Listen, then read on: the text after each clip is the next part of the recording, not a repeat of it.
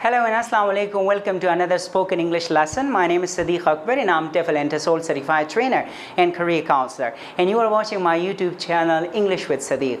Today once again we are going to look at a very important topic, which is what is the difference between acquisition versus learning. कि acquisition और learning के दरमियान क्या difference है. जब हम English को acquire करते हैं या सीखते हैं तो उस टाइम पे हमें एक्विजिशन करनी चाहिए या लर्निंग करनी चाहिए, और अगर हम इन दोनों मेथड्स को अडॉप्ट करते हैं इन टर्म्स ऑफ लर्निंग और टीचिंग तो मेथड स्टूडेंट के लिए बेहतर है और कौन से मेथड के क्या फीचर्स है, क्या बेनिफिट्स है. So we are going to discuss that in this particular video. Okay, so acquisition versus learning, that is the topic. And first of all, we are going to talk about acquisition.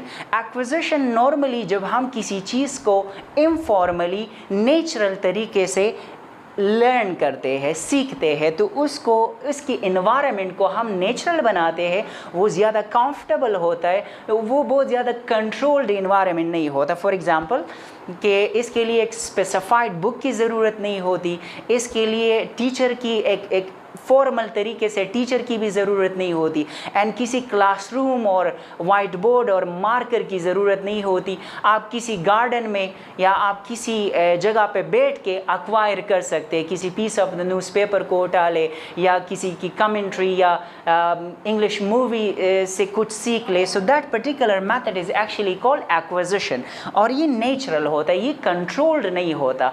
For example कि आप किसी natural तरीके से, comfortable तरीके से, uniform हो या ना हो, इस तरह के कंट्रोल्ड क्लासरूम हो या ना हो, टीचर हो या ना हो, या एक स्पेसिफाइड सिलेबस हो या ना हो, तो आप नेचुरली तरीके से इसको एक्वायर कर सकते हैं. और इसका फोकस जो है वो फ्लुएंसी पे होता है.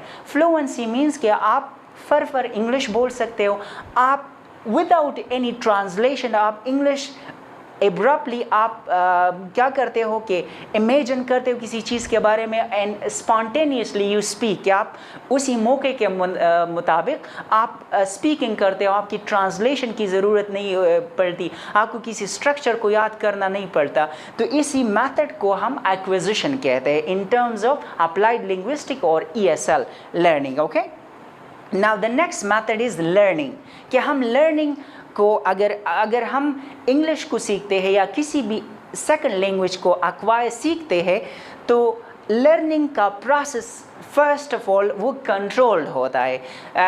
अनलाइक एक्विजिशन, इसके लिए बुक की भी ज़रूरत होती है, इसके लिए स्पेसिफाइड टीचर की भी ज़रूरत होती है, एंड क्लासरूम और सिलेबस को डिफ़ाइन करना, इसको ठीक तरीके से डिज़ाइन करने की ज़रूरत होती है. So that is a controlled environment जहाँ पर स्टूडेंट्स जो है वो एक दूसरे के साथ डिस्कशन करेंगे, या तो टीचर पहले रूल्स को एक्सप्लेन करते हैं, फिर बाद में जो है वो आप अडॉप्ट करते हो, आप इस पे डिस्कशन करते हो. So that is a very controlled environment.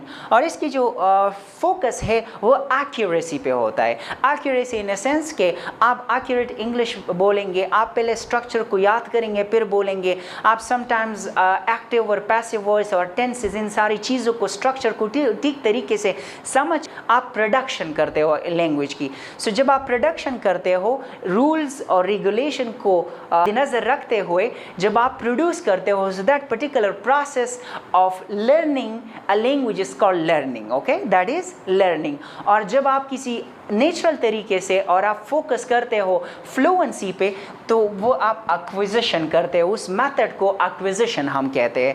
So the difference is now clear कि एक्विजिशन वर्सेस लर्निंग में क्या डिफरेंस है और कौन से मेथड कौन से फीचर पे फोकस ज़्यादा करते हैं. सो नेक्स्ट टाइम जब आप इंग्लिश को पढ़ाएंगे या सीखेंगे, सो इन दैट पर्टिकुलर मोमेंट आपको याद होगा कि मैंने एक्विजिशन को अप्लाई करना है या लर्निंग प्रोसेस या मेथड को अप्लाई करना है. So for more interesting videos, keep watching English with Sadiq. Thank you for watching.